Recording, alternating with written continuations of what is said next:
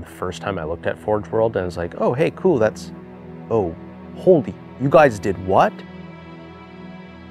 There's just way too much. You can't keep it all in your head at once. It was so beyond our production capability. We were just like, you know, that's crazy. We can't do that. I couldn't stop the artist who started creating it.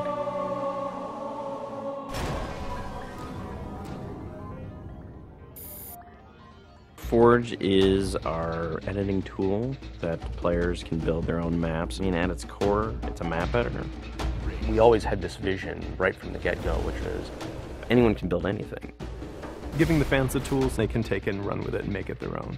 Forge World actually started as 5 separate maps. And I said, wouldn't it be cool if, like, you could play this and go over there, and then play over there if you wanted. And Forge World was born.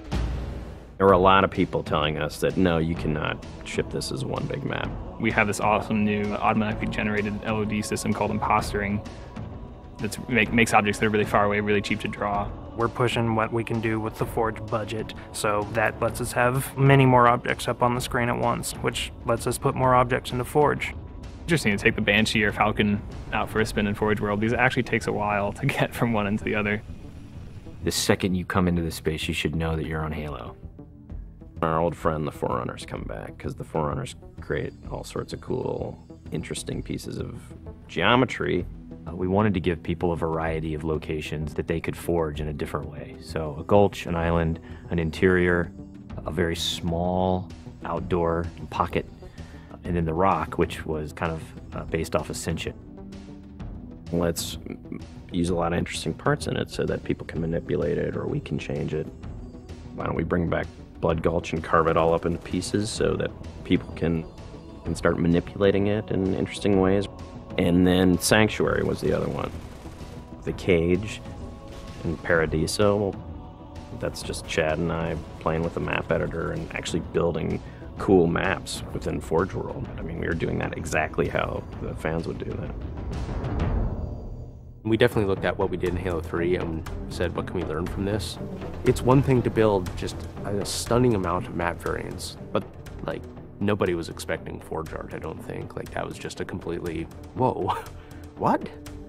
The Rube Goldberg machines, yeah, those are everywhere. In Halo 3, it was cool that you could move things around, but it was still kind of clunky. And we're like, we have to make this better. What are some of the tricks that the community is using, and how can we make those not be tricks and just make those be tools? We took that stuff and made it like a real feature. There's normal, phased, and fixed. So normal is like Halo 3 style, you know, it bumps into stuff when you let it go and it falls to the ground and moves around and stuff. And fixed is the same thing, except when you let it go, it stays exactly where it was.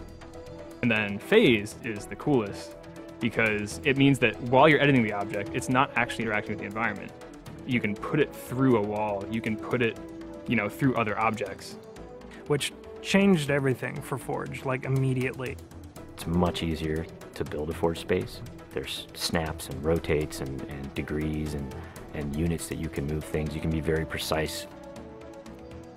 The camera controls, it's actually really good for object placement because like little touches on the stick don't translate into really sudden jumpy movements. And then we also have a fine editing mode. You click the stick in and then your camera starts moving very slowly. You're not spending like 3 hours trying to get one block to line up directly to 3 other blocks. You can select individual objects and say, get rid of all the objects of this type. So if you're trying to get rid of all the spawn points on a map because you want to go and replace all the spawn points, you can do that.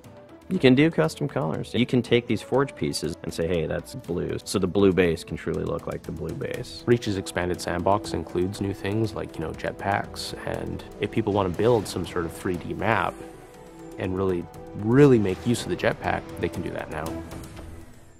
Custom game options and Forge go together like peanut butter and jelly. You're able to do things with game types that people might not even expect. My favorite example is King of the Hill, where the warthog is the hill. I'm super excited to see what people do with it when it goes out, because there's so much crazy stuff in there that's amazing. We are shipping maps on the disc that we made in Forge ourselves. So The tools are there. If you have the time and the talent, you can make it. The community is just going to outstrip us and spank us. With the new tagging system, you can save a forged variant, you can post it to your file share, and then you can say, you know, sweet new map. Things that are good are downloaded by a lot of people and passed around to a lot of people, and that makes the really sweet stuff bubble up to the top. I'm looking forward to what the next big community game type is going to be.